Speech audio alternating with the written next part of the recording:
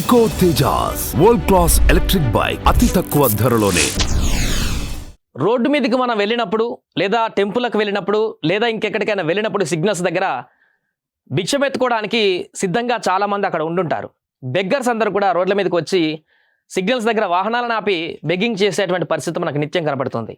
చాలామందికి అవగాహన కల్పించినప్పటికీ అలాంటి బెగ్గర్స్కి మీరు డబ్బులు ఇవ్వకూడదు, అవసరమైతే ఫుడ్ లాంటివి డొనేట్ చేయొచ్చు కానీ డబ్బులు ఇవ్వకూడదని ఎన్నిసార్లు అవగాహన కల్పించినా కూడా వారు చాలామంది డబ్బులు ఇవ్వడానికే అంటే వారి యొక్క దాతృత్వం చూయించుకోవడానికి డబ్బులు ఇవ్వడం జరుగుతుంది.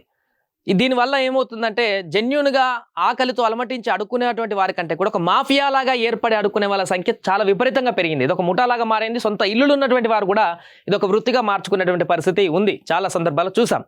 అందుకే దీనికి సంబంధించి కొత్త గైడ్లైన్స్ తీసుకురావడం జరిగింది.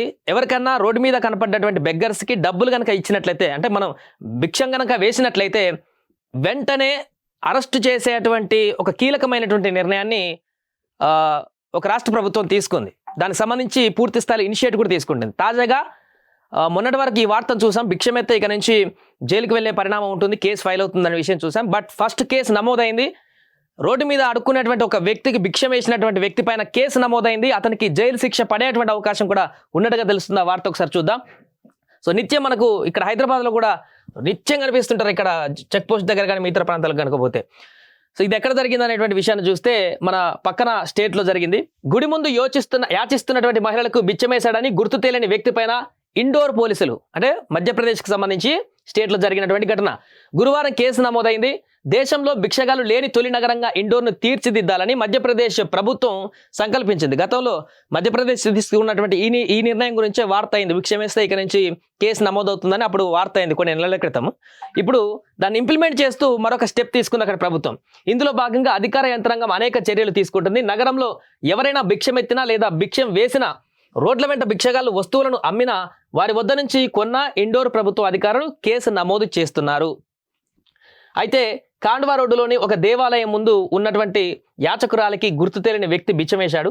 దీంతో భిక్షాటన నిర్మూలన బృందానికి చెందినటువంటి అధికారి బన్వర్ కువాన్ పోలీస్ స్టేషన్లో ఫిర్యాదు చేశారు. భిక్షం వేసినటువంటి వ్యక్తిపైన భారతీయ న్యాయ సంహిత సెక్షన్ 223 కింద కేసు నమోదు చేశారు. ఈ కేసులో నేరం రుజువైతే ఏడాది పాటు జైలు శిక్ష లేదా 5,000 రూపాయల జరిమానా, లేదంటే రెండింటిని కూడా అమలు చేసేటువంటి అవకాశం ఉంటుంది. సో 5,000 జరిమానే కాదు, జైలు శిక్ష కూడా అనుభవించేటువంటి అవకాశం ఉంటుంది ఈ సెక్షన్ కింద. సో యాచకులు లేని నగరంను రూపొందించాలన్న లక్ష్యంతో కేంద్ర సామాజిక న్యాయ సాధికారత మంత్రిత్వ శాఖ దేశంలోని 10 నగరాలలో పైలట్ ప్రాజెక్టు చేపట్టింది. ఇందులో ఇండోర్, ఢిల్లీ, బెంగళూరు, చెన్నైతో పాటు హైదరాబాద్ కూడా ఉంది. అయితే ముందుగా ఇండోర్ అధికారులు భిక్షాటన పైన కఠిన చర్యలు అమలు చేస్తున్నారు. భిక్షాటన గురించి ఎవరైనా సమాచారం అందిస్తే వారికి 1,000 రూపాయల రివార్డు కూడా అందిస్తున్నారు.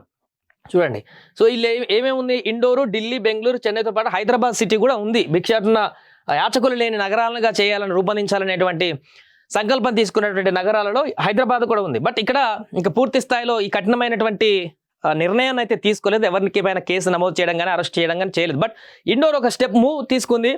ఖచ్చితంగా అక్కడ ఎవరైనా భిక్షాటన చేస్తే ఖచ్చితంగా మీరు ఇబ్బందుల పాలవుతారనేటువంటి విషయాన్ని తెలియజేసేటువంటి విధంగా, ప్రజలకు అవగాహన కల్పించేటువంటి విధంగా, అంతేకాకుండా చట్టం కఠినంగా వ్యవహరిస్తుందనేటువంటి విధాన్ని తెలియజేసేటువంటి విధంగా అక్కడ తీసుకున్నటువంటి నిర్ణయం పైన ఇప్పుడు చాలా కామెంట్స్ కూడా వస్తున్నాయి. ప్రభుత్వం మంచి నిర్ణయం తీసుకుంది. చాలామంది అంటే వారి యొక్క మంచి మనస్తత్వం కూడా ఉండొచ్చు. చాలామందికి భిక్షాటన పాపం వాళ్ళు అడుక్కున్న వరకు వారికి ఏం లేదు కదా, మనం ఉన్న 10 రూపాయలు వేయొచ్చు కదా అని చెప్పేసి అనుకోవచ్చు. బట్ ఒకటి ఆలోచించాల్సిన విషయం ఏంటంటే అక్కడ చాలా అవకతవకలు జరుగుతున్నాయి. నిజంగా ఏమీ లేనటువంటి వ్యక్తుల కంటే కూడా ఒక మాఫియాలాగా ఏర్పడి సిటీని మొత్తం కలుషితం చేసేటువంటి ఒక ముఠాగా మారినటువంటి వ్యక్తుల వ్యవస్థ నడుస్తుంది అక్కడ అనేటువంటి విషయం వెలుగులోకి వచ్చాయి. కాబట్టి అండ్ ఇలా అడుక్కునేటువంటి వ్యక్తులందరూ కూడా షెల్టర్లు ఇస్తూ వారికి 3 పూటల అన్నం పెడుతూ వారికి ఎలాంటి ఇబ్బంది లేకుండా షెల్టర్స్ ఇస్తున్నా కూడా వారు దానికి ప్రిఫరెన్స్ చూపించకుండా ఈ అడుక్కోవడానికే ఎక్కువ ప్రిఫరెన్స్ ఇస్తున్నారంటే దాంట్లో ఉన్నటువంటి ఉద్దేశం ఏంటో అనేది కూడా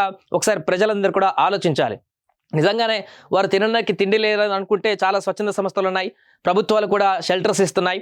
ఆ షెల్టర్లకు వెళ్ళి వారికి వెనక ముందు ఎవరు లేరు, తినడానికి తిండి లేదు, ఉండడానికి నీడ లేదన్నప్పుడు అవన్నీ ఇస్తున్నప్పుడు హ్యాపీగా వాళ్ళు అక్కడే ఉండి తమ యొక్క మిగతా జీవితాన్ని కొనసాగించేటువంటి అవకాశం ఉంటుంది. బట్ అలా కాదు, ఫ్యామిలీస్ ఉంటున్నాయి, వాళ్ళకి సొంత ఇల్లు ఉంటుంది. అండ్ ఆ ఫ్యామిలీలో ఉన్నటువంటి వ్యక్తులు కొన్ని ఉద్యోగాల్లో కూడా ఉంటున్నటువంటి వ్యక్తులు ఉన్నారు. బట్ వీళ్ళు మాత్రం రోడ్ల మీదకి వచ్చి ఈ యొక్క వృత్తిని, ఈ యొక్క భిక్షాటన ఒక వృత్తిగా మార్చుకొని ఇది ఒక ముఠాలాగా, ఒక కొత్త వ్యవస్థలాగా తీసుకొచ్చేటువంటి ప్రయత్నం కొంతమంది చేస్తున్నారు. అందుకే దాన్ని నిర్మూలించడం కోసమే ఈ యొక్క కఠినమైనటువంటి నిర్ణయం తీసుకుంది ప్రభుత్వం. అండ్ అలా అని చెప్పేసి భిక్షాటన చేసే వాళ్ళందరిపైన ఉక్కుపాదం మోపుతుందనేటువంటి విషయం కూడా ఏం కాదు. వారికి సంబంధించిన వివరాలు అందిస్తే, వారు ఇక్కడ ఇలా ఉన్నారు, వారికి ఏమైనా హెల్ప్ చేయండి అని ప్రభుత్వానికి కానీ స్వచ్ఛంద సంస్థలకు కానీ మనం ఇనిషియేటివ్ తీసుకుంటే, రోడ్డు మీదకి వెళ్ళినప్పుడు మనం వాళ్ళకు భిక్షాటన చేయడానికి ఒక భిక్షగాడు కనపడ్డాడంటే, భిక్షాటన చేయాలని మీకుంటే దాని బదులు ఇతనికి ఏమన్నా షెల్టర్ ఇప్పిద్దాము, అతనికి ఏమన్నా ప్రభుత్వం నుంచి సహాయం చేపిద్దాము, లేదా స్వచ్ఛంద సంస్థలకు అటాచ్ చేద్దాం అనేటువంటి ఇనిషియేటివ్ మీరు తీసుకుంటే అది మీరు ఇచ్చేటువంటి 10, 20, 100 రూపాయల కంటే చాలా ఎక్కువ సహాయం కిందికి వస్తుంది. ఆ రకంగా ఆలోచించాలనేటువంటి ఉద్దేశంతోనే ప్రభుత్వాలు ఇప్పుడు ఈ రకమైనటువంటి కఠిన చర్యలు తీసుకుంటున్నాయి. అందరూ కూడా ఆ రకంగా ముందుకు వెళ్తే ఇలాంటి సిగ్నల్స్ వద్ద లేకుంటే టెంపుల్స్ వద్ద ఎక్కడ పడితే అక్కడ ఈ యొక్క భిక్షాటన అలవాటుగా మార్చుకున్నటువంటి వ్యక్తులకు కొంత భయం కూడా కలిగేటువంటి అవకాశం ఉంటుంది. పూర్తిగా అలాంటిది కాకుండా పని చేసుకోవడం, బతకడానికి అలవాటు పడేటువంటి అవకాశం కూడా ఉంటుంది. సో ప్రస్తుతం ఈ వార్త భిక్షాటన చేస్తున్నటువంటి వ్యక్తికి డబ్బులు ఇవ్వడంతో కేసు నమోదైనటువంటి వార్త అయితే వైరల్గా మారింది. సుమన్ టీవీలో మీ పర్సనల్ అండ్ బిజినెస్ ప్రమోషన్స్ కోసం కింది నెంబర్కి కాంటాక్ట్ చేయండి.